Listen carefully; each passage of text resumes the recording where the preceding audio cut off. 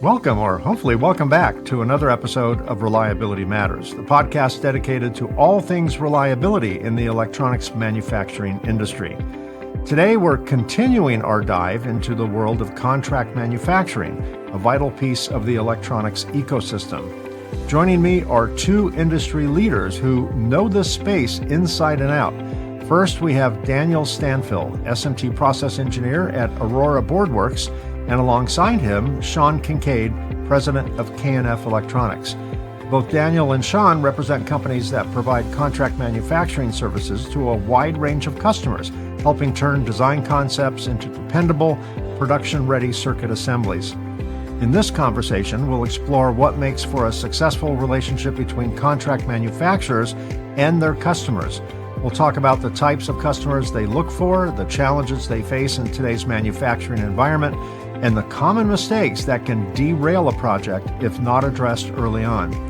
Most importantly, we'll dig into the best practices that can help ensure customers and manufacturers work together more effectively. You may recognize Daniel and Sean. In addition to their day jobs, Daniel and Sean, along with Elias Malfavon, are also co-hosts of the Decode podcast, where they share candid conversations and insights from across the electronics industry. We'll hear what inspired them to launch the show and how it ties into their mission of building stronger connections in this field. So whether you're an engineer, a buyer, or anyone that works with contract manufacturers, this episode is packed with advice to help you navigate the process with confidence. Let's get started. Welcome to Reliability Matters, a podcast for the electronic assembly industry. Each episode covers topics related to reliability, best practices, and environmentally responsible assembly techniques, with insights from experts across the electronic assembly industry. Now, here's your host, Mike Konrad. Hey, fellas, welcome to the other side of the podcast desk. Thank you. Thanks, to see Mike. Good to see you both. As I mentioned to you just before we started recording, this is the second of a kind of a two-part dive into contract manufacturing best practices. And since both of you are both A, friends of mine, and B, contract manufacturers, I thought this would be a good fit. The two of you each work in that environment, contract manufacturers. I mean, on paper, you would be competitors. But I know enough about you guys to know that that paper was crumpled up and thrown in the trash because you act more like colleagues than competitors. So, Daniel, let's start with you. How did you find your way into this industry?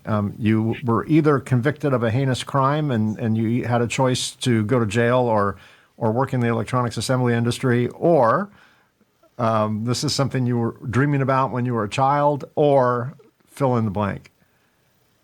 Sure.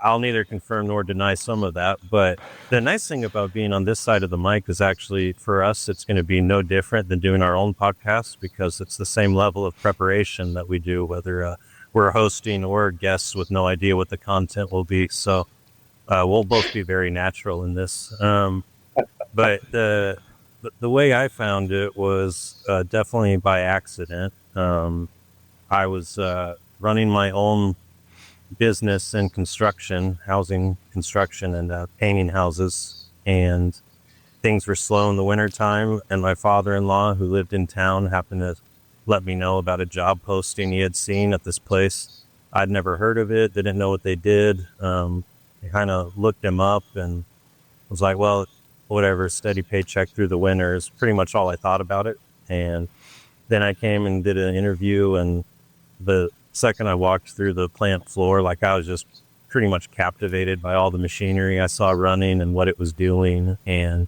I knew I would find it super interesting for a few months, if nothing else. And as soon as I got really invested into it and got going, you won't be able to pull me out of it now. So I just love everything about all this stuff. So, yeah.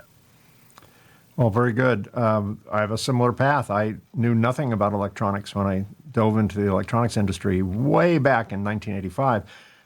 In fact, it took years to be able to even tell this little anecdote because I was so embarrassed. I worked for a soldering equipment manufacturer in '85, and it was a drag solder machine. So it was like a giant solder pot, and the board slowly went down into the solder and came up out of it. And I asked, how does the solder know where to stick? And of course, and I knew enough about electronics where I should not have asked that question. And of course, the answer was first a long pause, followed by solder only sticks to metal, dude. And I'm like, oh, man, yeah, I just blew that one. But anyway, that was that we have semi-similar journeys. And then it became, basically a lifelong PhD program in electronics after that. Sean, I understand that your story is a little bit different. You have electronics running through you have electrons running through your veins. Tell me about your journey into this industry. My dad always says copper coursing through my veins. There you go. My grandpa was always into electronics in high school, and he started, he went out to Chicago where all the board fab was, and this one guy that was instrumental in getting him to start his own board shop back in Detroit, where his family is, and then he started our shop back in 1972. And then my dad worked there his entire life, and then that's all I've ever wanted to do, is really to do PCB fab. It wasn't to do PCB assembly. It was just to do PCB fab, but due to the global market, we had to adapt and go with the times and start doing PCB assembly. The global market, the global market, you mean that sucking sound you heard while all the fab shops were bailing out of the U.S. and headed for distant lands. Yeah, that was my PC version of it. Yeah, just the complete dismantling of the United States manufacturing PCB capability. Yes, we were a part of the destruction part of it. So, 2021 was last year. We made a board. Wow. I know there are still board shops in the U.S. today, but I don't know if they're, like large companies that manage to still do it for a select number of clients, or if they're mom and pop, or if they're garage operations. I'm not sure which ones are left. The majority of them will have operations elsewhere also to handle more volume at cheaper pricing and only do the priority jobs that are at a higher price point here in the States. Is that accurate, Sean? What'd you say? I'd say there's like 4 or 5 big guys left, and 3 of them are gobbled up by the military pretty much, and there's one that's really good, and one of my friends liked to use them for a long time, and they said that it was a 4-month lead time on consumer electronics. So if you wanted your board, you got to wait 4 months for them. So they're basically saying we got too much work with the military. We don't need the consumer stuff. And then because circuit board fab's in my blood, I love seeing it. If I travel around town and I know another shop is around the area, I go to check in on them. And the state of disarray that the United States small mom and pop board fabs in is just it's so sad to see. Places that used to have 200 people employed are down to like 15. And their shipping rooms are filled with Chinese boxes, because it's just, you can't win the bid without the price anymore and delivery time, and it's really sad to see what's happening, and but it is what it is. If you don't adapt, there's nothing you can do about it. So you just gotta get with life and on life's terms, But yeah, I haven't been in a board shop that impressed me in a while, so it's sad. Yeah, it's a sad state of affairs, and it doesn't just apply to the electronics manufacturing. I think when you said when we lost manufacturing, you could have stopped right there, right? Not just for electronics, but for a lot of things, particularly in the trade world, right? We've lost a lot of tradespeople in this country. I would think that, to your point, Sean, where mom and pop businesses can't get by and are just getting smaller, that kind of talk about circling the drain. I think a lot of the U.S. board fab shops that are left, the 4 big ones, as you state, that are left, are probably doing largely ITAR type work. And the ITAR type people probably aren't going to go to Sean's basement or garage Right. and do work there, right? Because you have to, there's so much CYA going on with ITAR and lots of documentation, lots of stuff like that. And they probably don't feel that comfortable giving that kind of business to a mom and pop. So the big will probably stay big, and there is no small anymore. That would be, Yeah. I don't know, that's the world according to Mike anyway. Yeah, the certifications for storing just even the Gerber files, right? Right. They're 300,000 a year just to get certified to be able to store the Gerber files on your computer systems at work, right? So that automatically already, and that's just to get the ability to quote. You know, you still have to be competitive and deliver on time and have good quality, right? Like, just to get the opportunity to get on the bid list it's just, you know, there's no funding for that for the small guy. Right. Is that Some of happening them you with, have to be able to guarantee the supply chain for a certain amount of time too, and handle Yeah. all that inventory. right, which is, so the cost of entry is prohibitive, really. Yeah. You know, if you're a small business. Is that happening to the contract manufacturing world? I mean, clearly not to that extent. I mean, there are lots of contract manufacturers. You know, we sell to them. You know who they all are. So there's still lots of. It's still relatively healthy. But do you see a direction where even that will leave our shores, or do you think that will be retained here? I'm curious Daniel's opinion first. I think you're going to see the cream rise to the top. So I think there's always going to be a market for the lowest price, right? That's just always going to exist. But where you can differentiate yourself and just not compete on price, because it's just not going to happen. Sean's seen that happen in the fabrication world firsthand. So I think we need to all just kind of eject from this race to the bottom that's kind of been happening, and just accept the fact that we won't be that same price, and find partners that work with you that have other values and priorities that matter to them more than just the cheapest manufacturable item they can get. So we've found good partners already that value good communication and quality and a willingness to work together. Like that's the kind of thing we're looking for, and we've been finding it. So I feel like the right work is out there, but you have to be able to deliver others. If you can't beat them on price, then you better be able to beat your competition in other areas. So you have to be really good at what you do, or else why would they choose you when there's a better option realistically? Well, at the risk of stretching PC to its outer boundaries, there's very little risk when you send boards to a North American contract manufacturer that it's going to end up being copied and mass produced somewhere else in the world. You know, I think we're certainly, the culture and you know, the business acumen here is a little bit different than in some places on the planet. Sean, any comments on all that?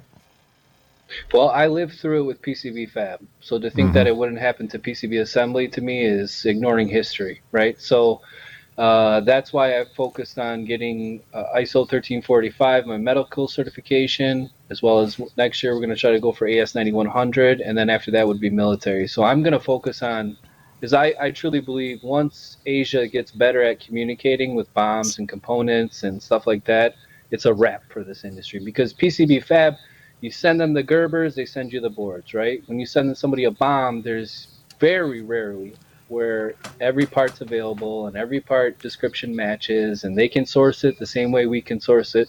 That's so rare over there. Once that starts to become more universal and you can just ship it over there and then they ship it back, I think consumer electronics are gone. So that's why I'm focusing on medical, military, and aerospace for certifications, because I don't see it lasting in the States. Just once the communication gets better, I think it's a wrap. I really do. You know, I do another podcast series on entrepreneurship and business and things like that. And one of the things we discuss pretty regularly is, you know, we all think our customers, we're all like wallflowers at the prom waiting for someone to ask us to dance. And I think in business, we choose our customers just as much as our customers choose us, or at least we should.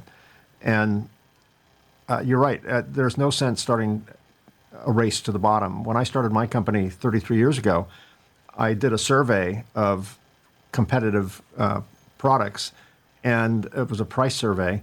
And I decided I'm going to come out of the gate with a price higher than everyone else.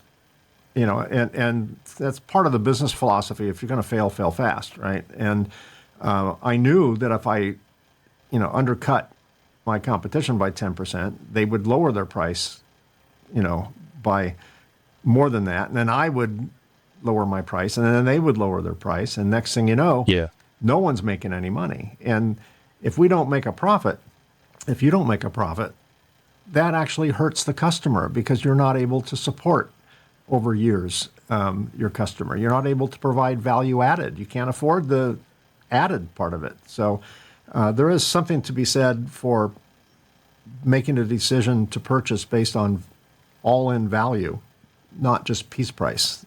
And I think more and more companies these days, particularly in specific fields, and Sean, you're quite wise to go after medical and high-rel and defense because they are less, looking at pennies as they are many other factors, which some of the will be at any price or your mattress is free, those types of ads. I think there's one in every city. Clearly, those can't survive, and you're going to get what you pay for. The old adage, get what you pay for. Can you guys describe the types of customers you typically work with? Sean, you already said the types of customers you want to work with, and what industries they represent. Daniel, let's start with Stan, you want to go? Yeah, I mean, we haven't necessarily found like a specific niche. Our customer base is pretty wide from the industries that come. We have medical, aerospace, less consumer electronics, more industrial applications for a lot of our products, oil and gas. But I mean, for one, it's obviously nice to have a diverse customer base in different industries because very rarely are you going to see the same type of economic growth in all sectors at the same time, right? So that's a benefit. But we have been seeing more growth in the ag sector, which makes a lot of sense for us because that's one of the most strong industries locally. So being in Nebraska, you're not going to see a huge boon in some other industries, but there's a lot of agricultural players here. So we're starting to maybe go after that more aggressively because it's easier and makes sense to partner with people that are close to you. But realistically, when you're in the middle of the USA with a population of 2 million in your state, you're probably going to be looking for a lot of work outside of your state also. Yeah, for sure. Sean? Oh man, it's so tough to be serious with Daniel on the thing because there's like we always make these smart, bleep comments to each other all the times, right? And he's going to go all Detroit on us now. He's going to talk about Detroit strong. I was thinking to just name his top customers and then just say, these are the ones that we're going after, something like that. But no, for us, it's like Daniel. But what I've noticed a lot lately is drones. Drones are just exploding in the U.S. and the amount of like random Sean, they're exploding. Drone stuff. Period. Yes, they are. Yeah, and hey, we'll build more. So that's the perfect product, right? Single really use. Big. Single use for more. Yeah.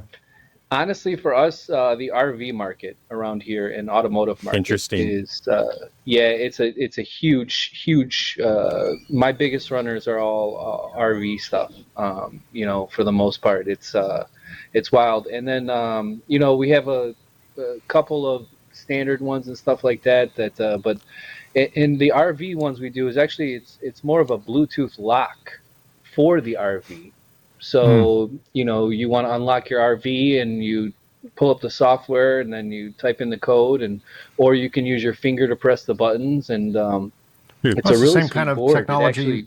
Same kind of technology we see on like Airbnbs. If you've stayed at an Airbnb in the last several years, they change the code for every guest. They text you the code, and you show up, and it works for a period of time, and all that. I remember during COVID, you couldn't buy an RV, you couldn't buy a boat, you couldn't buy an ATV, you couldn't buy a side by side, you couldn't buy anything that provided fun. You could hardly even buy a tent.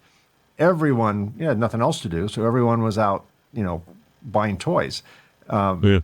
And it's interesting to see that even 5 years out from that stupid event, we're still seeing some growth on the electronic side of the auto industry. Well, not surprising on the auto industry, surprising on the RV industry. Yeah, the I just got auto an entertainment order. side. It's 19,000 pieces spread out over 10 months. Like, that's a lot of blocks, that's a lot of RV stuff. I mean, you can use it for different things.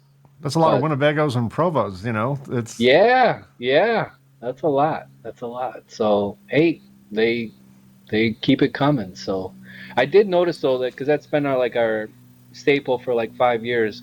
I did notice though their life cycle of reorder went from every 12 months to 16 months, and then it's been 18 months, right? So it is expanding their time, because they kind of wait until there's like zero product left before they say, "Hey, I need these now," right? So it's like tomorrow, please. Yes. Yeah, it's always tomorrow, always tomorrow.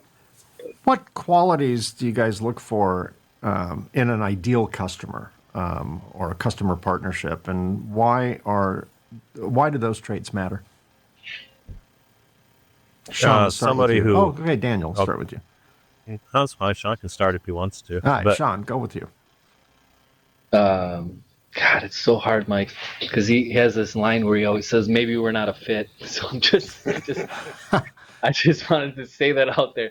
But for me personally, I'm all about transparency. So I show my customers literally how much I'm paying for the components, the boards, how much the labor costs me, how much all of this other stuff.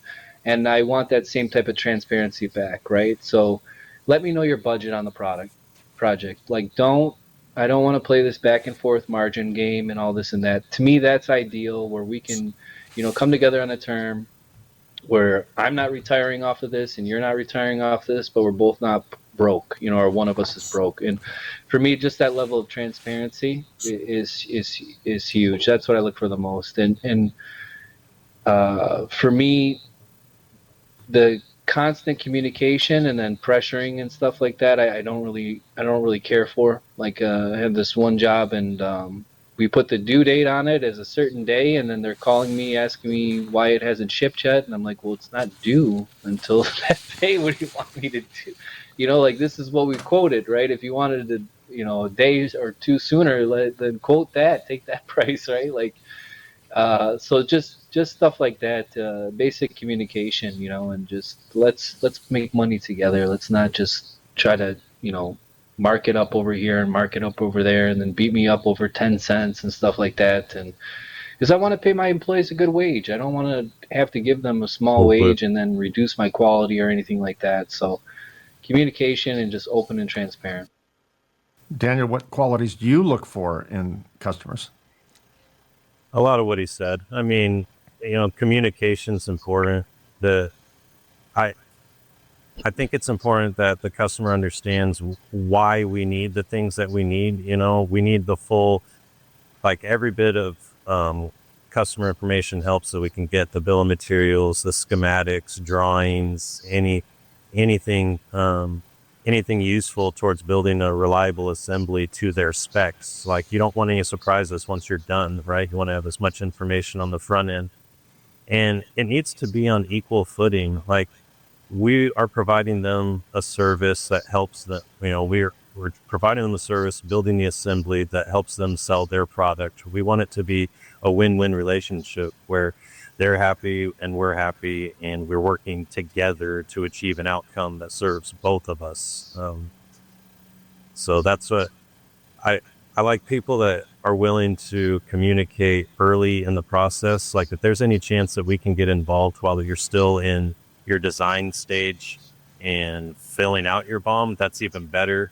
Like, we're in a situation right now where there's a through-hole component, where if it could be made into a surface mount component, the difference in our processing time it would drastically reduce. If it gets placed by these machines behind me, it's going to be much faster than if it's done in a post-process in a through-hole soldering, whether it's by hand or on the machine. So things like that, if you can get involved in early, it's going to be a win for everyone to work together in that way. Yeah. What are some of the biggest challenges that face a contract manufacturer, whether they're technical, supply chain, or anything else? What do you see as, giving you some grief on a regular basis? I have yet to have a job where I haven't had to teach a package. Daniel, have you? That to me is like, every week it's a new part. It feels like I'm getting thrown at, and I have to program something, and go through that. I would love it to be able to just, hey, everything's all pre-programmed. It's going to work fine, and it just goes, right? I was just curious if that's Daniel's, because it affects delivery time. Sure. Yeah, every once in a while, if it's a new circuit from a customer that we've already been doing a lot of work for, you might luck out and they're already using all the components that are already in your library, because they tend to reuse components over and over in designs, right? But it's pretty common to be getting new design, or at least one or two that you've got to program that you have to teach before you can send it into production. And just the way you receive parts in general can be challenging. It's not even necessarily like the customer's fault. Even if we're in control of the ordering ourselves, for whatever reason, even though these discrete packages are named by their actual sizing convention, you still have a huge variance in manufacturing processes. So an 0805 capacitor isn't always going to measure the same across all manufacturers. You'll see it even, there's certain packages like 1210, Sean will know, that have a huge range in their sizing. And it's like, how can you have a huge range in your sizing when the name itself dictates the size, right? Why can't it just be the same? Happened to me yesterday, literally yesterday. Hey, Mike, I got a question for you. Sure. Because I like picking the brains of people who have been there and done that before me. What is your ideal customer? It's a great question. Let me answer the question this way. Our old way of doing business was to advertise radically, chest-pounding ads, we'll beat any price. Whenever we got an order back in those days, I considered it two wins. First win was we got an order. The second win was they didn't get an order. And I thought, that's great. That's win-win, right? But I kept both the wins. And we attracted customers who like to select suppliers that way. And what we ended up with, in hindsight, was a lot of toxic customers.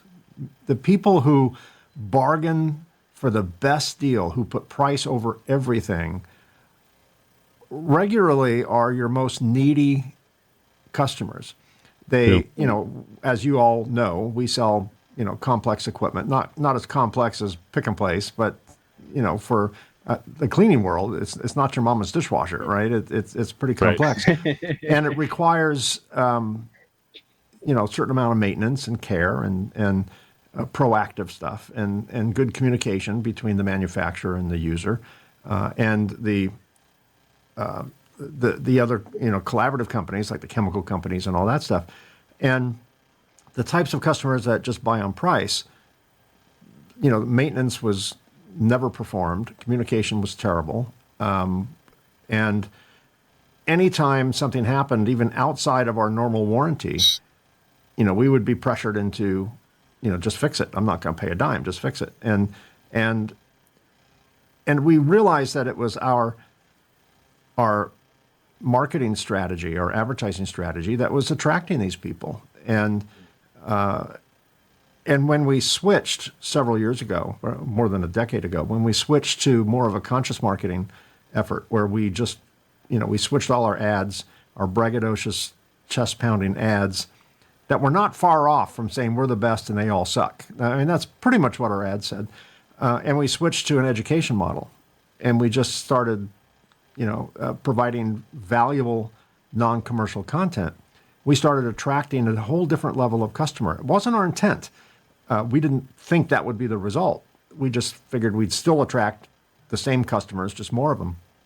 But the customers who just lead on price went away. And we had started attracting customers that seek solutions to their problems, who want to learn. And when they end up buying products from us, they are really more like partners. The relationship is highly collaborative. And our recommendations are followed. And if something does go wrong, it's not like, you don't get the wrath of the customer. They understand. They understand things can go wrong. And sometimes they even understand they're part of what made it go wrong. And they learn. And it's just a very healthy two-way relationship. It redefined win-win for me. So that's the type of customer we seek now. I do want to have a chance to amend, now playing off of what you said there, I feel like I want a second chance at my ideal customer. A really ideal customer to attract the right one would be somebody who has like a super simple one-sided S&T only circuit, and they want to pay a ton of money for it. And pays on time, or maybe even pays in advance, right? Yeah. Big volume, pays in advance, listens to every recommendation we make. Let me know where you find them. I mean, we're close to that. They listen to our recommendations. It's very collaborative, but the rest of it doesn't always fall in line. Maybe we just have to tweak our strategies a little bit. Well, that's why I put the right messaging out there. I just realized I need to put the right messaging out there. Give us a million circuits. That's what we do. You both clean stuff, and as part of the cleaning stuff technology, you buy chemical. And in the chemical world, there's something called Hansen's law of solubility, which is like attracts like. And I think that particular law is applicable to more than just chemical. I think when we put out a certain message, we attract, a very specific type of person. And when we put out another message, we attract another different type of person. Like attracts like.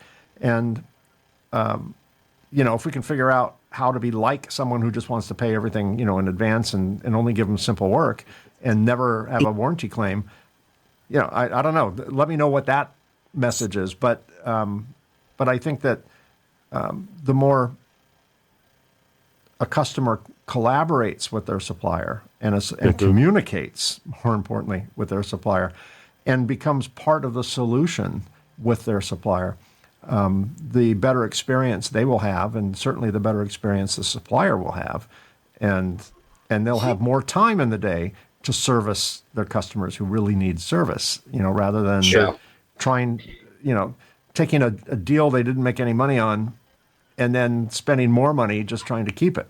It's insanity. But that's the way we did it for years. That's the way a lot of companies continue to do it. When, in your experience, what are some of the most common mistakes customers make when communicating with their contract manufacturer, and how can those be avoided? Lately, for me, it's not describing connectors as press fit on the BOM. So I get these boards in, and then I look, I'm like, well, now I got a 3D printed jig here. You're like, I didn't quote for this. BOM communication has been, one of the biggest things lately. And I wish I had the time to do a DFM for them for every single thing before we place it. But a lot of times we have to stop it when it sees the machine. And we'll see, hey, this component package is not going to land correctly on this pad. What do you want us to do? We can overnight the part, or do you have a substitute, something like that. But it still stems from BOM, so because if they send me the single up Gerber file, then I'm going to penalize it myself. I'll take care of that part of it, right? So, but everything else is it's really BOM communication of just those small little details of notes or putting it in the description, something that we'll see during the thing. Daniel? I guess it depends on the customer's level of experience. If it's the first time getting a circuit manufactured at volume, there may be runs into not knowing the automation, not knowing the requirements of how the board gets made in order to actually go through an automated manufacturing process. So kind of helping them communicate earlier, or trying to communicate with them earlier about what we really need to be able to build the board reasonably How about priced for them. how about solder masking between pads on an IC? Is that important, Daniel? You know, to some it Yeah, is, to yeah. others they just send it, you know. He sent me a job, Mike, and it felt like he sent it to me to fail. The support came in, and it's there's no solder match between the ICs, right? And then like the designer, he Just a must not have wide known. I open don't know. gang opening. Yeah, and then like this is going to be Bridge City. Just nothing good is going to happen from this. And then I don't know because that's the Gerber file I get, so that's the Gerber, right? It's So just let me ask you, Sean, in that environment, do you go back to the customer and say, hey, no, no, no, no, no, no, we can't do it this way. If we do it this way, we're going to just factor in a whole bunch of rework in the quote. Or how do you handle that? well, from my part, I just refunded Daniel's money back. But I'm curious what Daniel did because I don't know. What did you end up doing with that job? You didn't.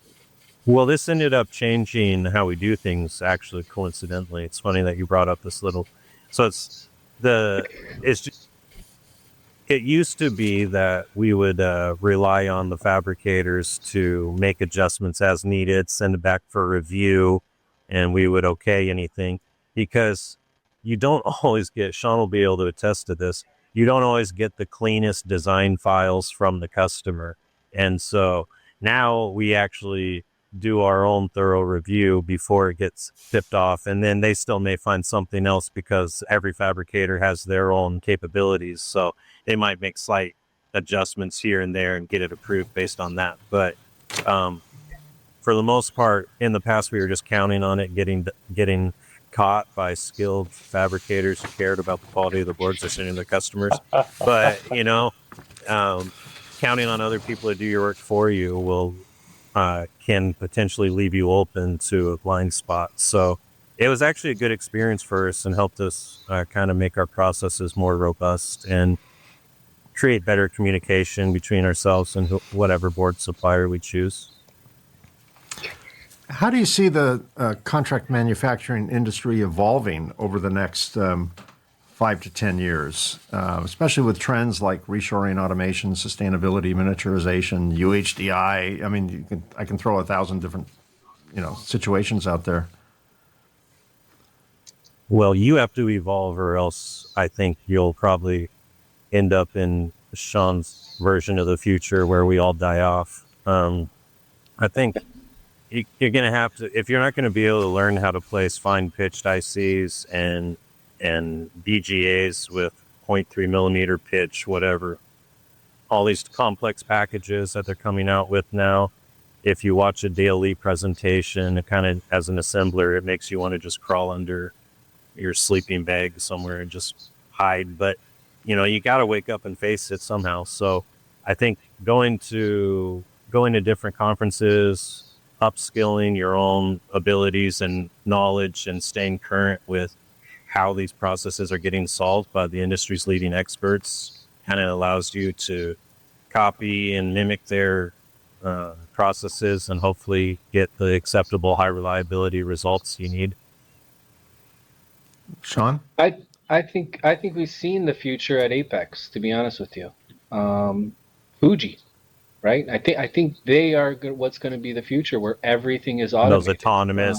autonomous Yeah, guided robots restocking your pick and it place loaded the machines on reel, their took the own. reel out. And Yeah, adds the paste, dispenses the paste, changes the job out. Like there is no human other than maybe loading the reels. I don't know because it did it automatically. Someone has to put the reel in there, right? So, but other than that, Mike, I mean that thing can not run really. 24/7, and I think that is probably what the distant future would be. I don't see that being adopted across the board. I think that's very specific niche type of product.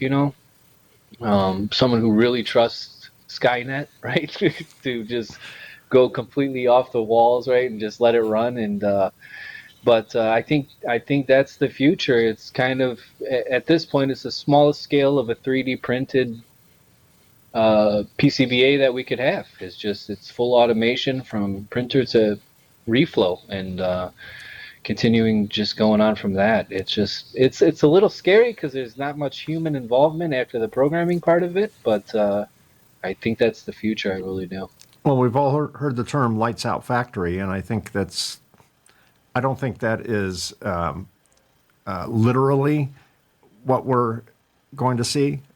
Truly, a lights out factory, 0 employees. But I do see where automation is going to put some people into a different job and bring new people into new jobs. I interviewed several years ago. I interviewed another contract manufacturer in the Northeast, and he made a statement which I remember to this day.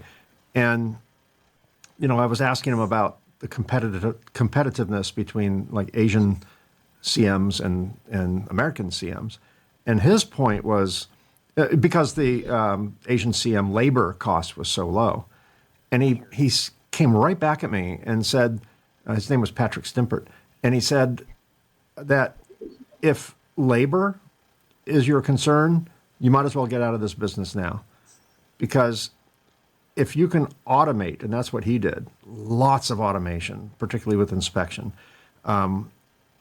He set up his production line.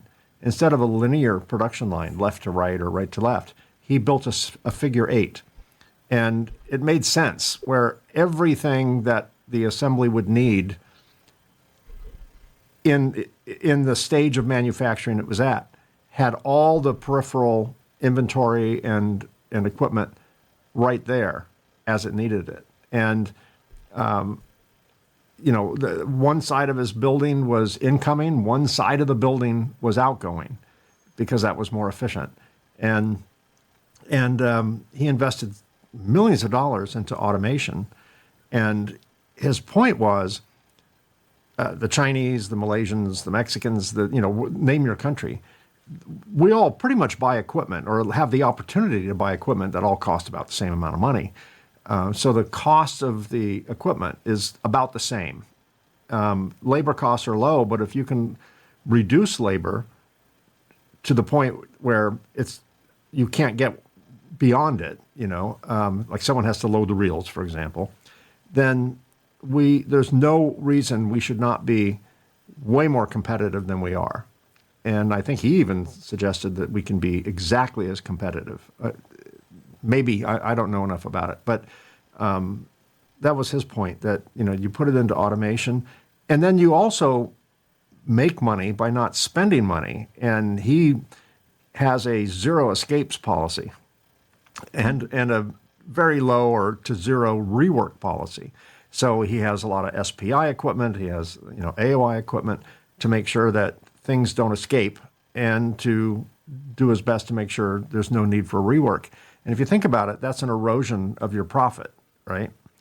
And so even if it does cost a few cents more to build something, you save it on the back end because it will not come back as a product failure, as an RMA. And then I think there's some logic to that. It may be a little Pollyannish, but I do think that is possible.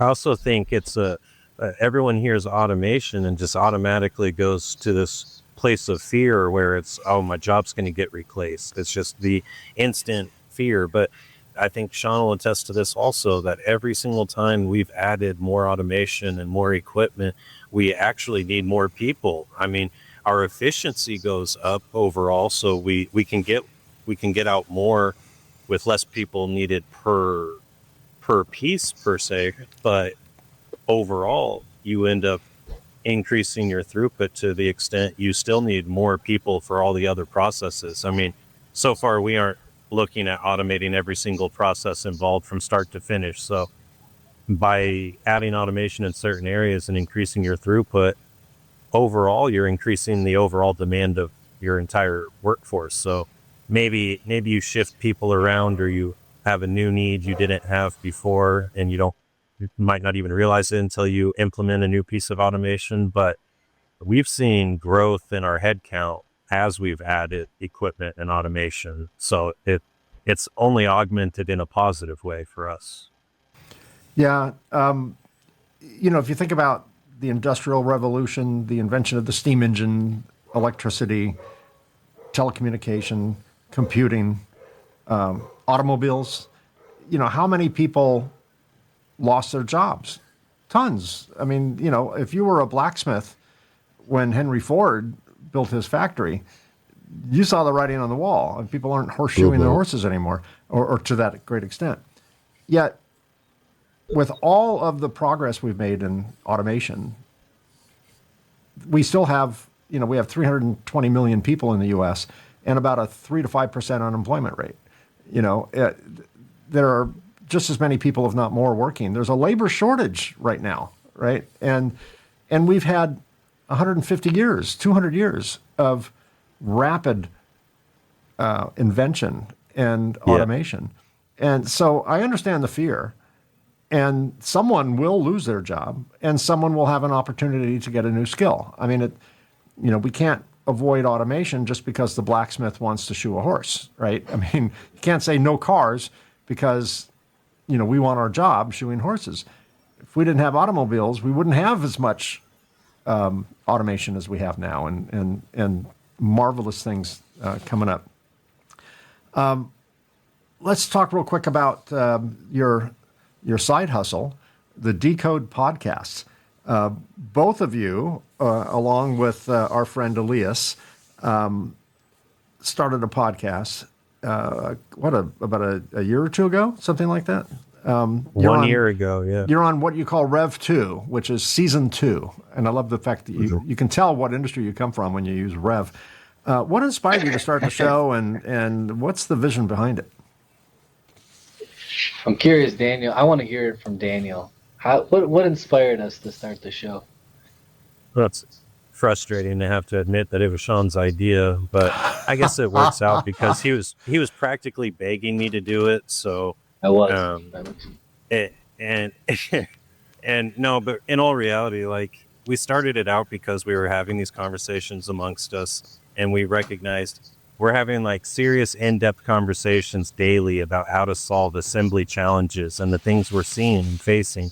And it just felt like we don't see these type of conversations being presented very many places. There's probably other people who are in our network that would like to join in, and this could probably be a service to people. And like, I feel like our motives were totally pure when we started. At this point, I'd say selfishly, like, I love the fact that access it's given us to different people who are just experts at what they do. And if I was just somebody from Nebraska nobody had ever heard of, it'd probably be harder to get people like yourself on the phone when I need them. But I'm able to talk to a wide range of people because we've got this vehicle that is starting to get pretty recognized and allows us a broader reach. And I've learned a ton from the people that we've connected with through this podcast. I learned something every episode that we do. So it's been a ton of fun. Yeah, I share the same experience. I interview subject matter experts like yourself, and I learn so much. And you guys ask good questions. I've been told I ask good questions. And I don't think it's because I'm a good question asker. It's just because I'm ignorant and I don't know. I ask questions. I want to know. You have right. to be curious. Yeah. Exactly. Sean, what was your motivation, since you're the inspiration of this effort? What made you reach out to Daniel and eventually Elias and say, hey, let's do this? Nobody was doing it. And I'm the type of guy where I just send it and fill the gaps. And the main thing, though, was to be able to talk to these people that we put on pedestals of knowledge and you say subject matter experts, and I'm assuming you're talking to Daniel when you're referring to us. But clearly, Sean, there's like subject matter expert, right? And then there's like subject matter expert, right? And like these people that we put on these high pedestals that we just want to talk to and learn from and talk, pick their brain and stuff like that. To me, that was unbelievable to be able to do that. And I think what really sealed the deal for us was Daniel was having conversations with you on the side, and how do we start a podcast? Because you're up here, right? That's reliability matters, right? It's on there forever. And he reached out to you, and then I think did he send them a PowerPoint or some type Yeah, of he literally Yeah, documentation? we did a did like a presentation Zoom for it. meeting Yeah, with Yeah. PowerPoint. yeah. And then you sent it to all of us, and then it kind of gave us the wind behind our wings to be like, all right, well, maybe we can do this, and maybe we follow Mike and see what he does, and talk to him and pick his brain, and that really gave us the okay, let's do this thing, and I remember the first one we did, because we would have these great phone calls, but we never did Zoom or anything like that, or video calls or Riverside, and I think we did it on Zoom, our first one, and it was just, Google Meet. we were like, okay, what do we talk about? And there was this little delay of the video part of it a little bit, but then we realized, well, once we have something to talk about, then it's more natural, it just kind of flows. And then our banter has just always been good between us three, so I think that helps out a lot, that we're all so close in age. Elias is a lot older than us, but A lot. he's only A lot. He's the old only man. He's the old man. He's like a year older, but today, well, we got to give him a hard time. But yeah, I mean, it's just been fun, and to learn from these people. It's changed my mind, and it's changed my mind for the way I'm able to explain it to young people in this generation of like coming into this industry. Do not be scared to call Mike Konrad and talk to him. Like, do not. He will talk to you and explain to you in detail until you understand it. And if you forget it, don't worry. He'll pick right back up. Like that. I write part his to phone me number on park benches, so just call Yeah. him. Like, just talk to I him. literally called That him. explains a lot of calls I get. I called him 2 days ago to ask him a question about one of the machines, and it's just it took this vision I had of untouchables and made it to just personable and people, and then the connections we made, it's priceless. But yeah, it was selfishly to talk to these people that I thought would never talk to me unless we had a platform to talk on. Well, I think this industry, maybe other industries are this way. This is the only industry I really am intimate with. But this industry is highly collaborative. And I learned that way before I started doing a podcast. I learned that when I started going to conferences and approaching the speakers. And I had the same exact, pedestal thing going on and all that. And approach with trepidation. And yeah, exactly. Like walking up to a movie star and asking for an autograph. You're just like almost embarrassed, but you don't want to lose the moment.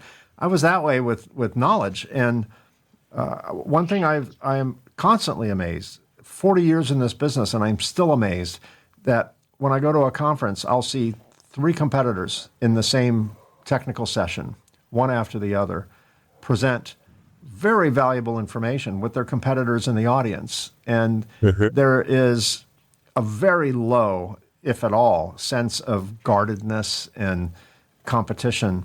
As you well know at conferences, there's several parts to a conference. There's the actual speaking, then there's being in the audience, and then there's, out at the pubs and the bars at night. And you realize we're all humans, we're all just regular people. And some are gifted with a certain knowledge in one particular, random space. And pretty much everyone in our industry is more than willing to share that knowledge, not to lift themselves up, but to share. And I think that is one of the hallmarks of going to technical conferences. I talk to a lot of younger people entering the industry, and the most consistent bit of advice I would give, if asked, is go to those conferences, sit in the rooms. I know one particular young person in our industry that attends all the conferences, and I've never seen that person in the room. That person is doing other things, but not in the room. And it's just, what a waste, You learn so much just by being present. Even if you don't understand what you're hearing, it's getting in there. And then at some point, the contextual situation will catch up and it will land. But learn. And even if you've been in this business forever, like me and a few others, I still learn every day. I'm still rather ignorant, in the big picture, and what once you do think you have it all mastered, tomorrow the entire industry changes, right? And we're constantly evolving. Last question, because we're about out of time. What kind of topics and conversations are you most excited to bring to your audience, and how does the podcast connect your work in contract manufacturing? I think for me, it's I can't talk about things or present things that I haven't yet learned or understood. So what I like about our podcast is you're probably, if you actually watch from start to finish, if you've been following along, you're going to see our actual evolution as me as a process engineer, Elias with the stencil design, Sean with, like being a celebrity or whatever. You see us evolve like continuously from episode to episode. King Sean. Yeah, sure, as he demands. But like these conferences, like as you've spoken about, I can't believe how much it's accelerated my learning. If I was just gonna never collaborate with anyone or go to one of these conferences and see all these different presentations from subject matter experts in different sectors of our industry who serve different people, it would take just so many more years to get to the level that I'm at now, because my growth has been accelerated by learning at all these different events and from all these experts. So, I also just want to piggyback on what you said and endorse those learning opportunities, because they've been hugely instrumental in everything I've been doing. Excellent. Sean? I don't mind. I've said this multiple times, and I know it comes off harsh, but I don't mind being the idiot in the room as long as someone lets me know I'm the idiot in the room, right? So Should what I we love tell about the them now? podcast is, if you, No, I'm just joking. You set me up, Sean. Come on, you set me yeah, up. I love it. I love it. So here's the beauty of it, though, is like the ignorance part, right? Like I only know what I know, right? So Exactly. when I say something about while we're talking to a guest and then someone corrects me or something, I learned something, then it's the only way I can get to learn and grow, right? So I Yeah. love that part of it. But my favorite, and we don't do it a lot because there's just not many left, but my favorite is anything PCB fab. Like we had this laminate guy on recently, and I was watching it with my wife, and then well, she was off to the side listening to me watch it, but I could just see my face when him and I were talking about different laminates and the history of what I went through and stuff like that. I could just see it in me that like I was really enjoying this. And there was a part in there too where I mentioned about the amount of dips you can have with a TG170 laminate versus a TG130. And Daniel goes, "Yeah, I know, right?" Like jokingly, because he has no clue what they were talking about, right? But like Everybody for knows me, that. Duh. yeah, for me, like I love that stuff because I don't get to talk about it anymore, right? And it's actually really critical if but that's the stuff I light up over. Is I just love PCB fab, and But see, it those are got the me thinking. conversations.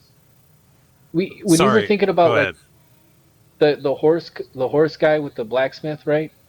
I was Yeah. like, that's PCB fab for me. I was that guy, Yeah. right? Like, so then I had to get rid of that and do PCBA, So it's Well, kind you of, went from I shoeing am horses to building cars, is what you did, exactly. right? Yep, that's exactly, yeah. I That's will push just back we on give one thing you said, Sean, and that was, you'd like to do more talks and interviews on PCB Fab, but you probably won't be because all that's gone away. I think rethink that, because I think there's a huge need for your viewers and your listeners to learn about PCB Fab, even though we're not making boards here anymore for the most part. And I'll give you an example. Several years ago, I was hired as an expert witness in a civil litigation matter where they built tens of thousands of boards, and they all started failing within a few months. And it turned out to be a contamination issue. But I read their statement of work. We did a whole discovery request and got thousands of emails and correspondence back and forth, and I was privy to all that. And on their statement of work to the contract manufacturer, the OEM to the manufacturer, it wanted the CM to acquire the boards. And under, board type, and I quote, I'm not kidding here, down and dirty FR4, nothing special. That is in print. So, first of all, I looked up all the slash sheets on, for nothing special. That's not a slash sheet. There's no description of what nothing, down and dirty FR4, nothing special. Now, even though that is not a technical specification, what did it do? It gave the contract manufacturer the impression that this is not a class 3 device. This is probably a class 0.5 device, if there is such a thing. Down and dirty FR4, nothing special. The foundation in which they were going to build their product was nothing special. And anything that may have gone wrong in the assembly process, you almost couldn't blame them. There really wasn't anything, but if there was, when you're told, it's like going to a restaurant and say, I want a really crappy cheeseburger, nothing special, then just go to McDonald's, but I don't know. It to me, I think a lot of assemblers don't understand board fab, don't understand assembly, or I shouldn't say assemblers, OEMs may not understand board fab, may not understand all the things you have to go through in assembly. And that's where education, such as interviewing more fab people, and designers, because designers don't know fab, and fab doesn't really know assembly, and we are all in these silos. And I think if we can spread more education on fab, spread more education on design, spread more education on assembly, and get these three villages to actually collaborate and share best practices, then your jobs would overnight get a little bit easier. Is that too Pollyannish of an idea, or is there any degree of truth to that? Daniel's muted. Well, you said you liked them better that way. I'd say we. Well, that's perfect, because I was going to say we give Sean a really hard time, but he is our PCB fab expert, and that happens a lot. Where if I see a condition on a board, he's the first person I ask, like, what in the fabrication process caused this, do you think, and do a little analysis on why I'm seeing what I'm seeing. But he's actually pretty good at that. And everyone always feels sorry for him because they only see us giving him a hard time. They don't see all of the verbal abuse he gives me on the side either. So it is a two-way street. It's just on the podcast, it only serves us to keep it a one-way street. Yeah, the shtick. Well, guys, thanks so much for being my guests today, and I'll look forward to seeing you. By the time this airs, SMT-AI will be in the history books. This will air in either November or December. And we had a blast, didn't we? Oh, my goodness. It was so much fun. It was so great. Amazing. It was so great. Yeah. Well, wow. I think it's safe to say that because it's prophetic. It will be. It cannot not be. Yeah, sure. But I'll look forward to seeing you guys in Chicago in just a couple of weeks or so. And I know you're going to be broadcasting from there, or recording from there, setting up a bunch of interviews, I understand. So since this is going to air after the event, go on YouTube, look up Decode Podcast, and I'm sure you'll see the fruits of all that labor in Chicago when you hear this or watch this, and it's certainly worth watching. So, guys, I look forward to meeting up with you. We'll grab a dinner. We'll have a few drinks. Maybe we'll talk on the microphone a little bit. And I wish you continued success both in your podcast and in your endeavors for building the next generation of products that are going to come down our way. Thank you so much, Mike. And that's a wrap on another episode of Reliability Matters. Thanks for hanging out. Whether you listened to it on your favorite podcast app or watched it on YouTube, I really appreciate you being here. If you haven't already, hit that subscribe button so you don't miss future episodes. On YouTube, give it a thumbs up and subscribe. Those 2 very simple clicks really helps us expand our reach. New shows drop every second and fourth Tuesday of the month, so mark your calendars. And a huge thanks to PCB Chat from the Printed Circuit Engineering Association at PCBchat.com and Ascendo Reliability at reliability.fm for syndicating the show. Got a question or an idea for a future episode? I'd love to hear from you. Just shoot me an email at mike@reliabilitymatterspodcast.com. And if you want to learn more about the podcast, just head over to reliabilitymatterspodcast.com. Thanks again for being here. Until next time, keep learning, keep doing it right, and remember, reliability matters. I'll see you again in 2 weeks. Thanks for listening to the Reliability Matters podcast. Join us on the second and fourth Tuesday of each month for new episodes of Reliability Matters.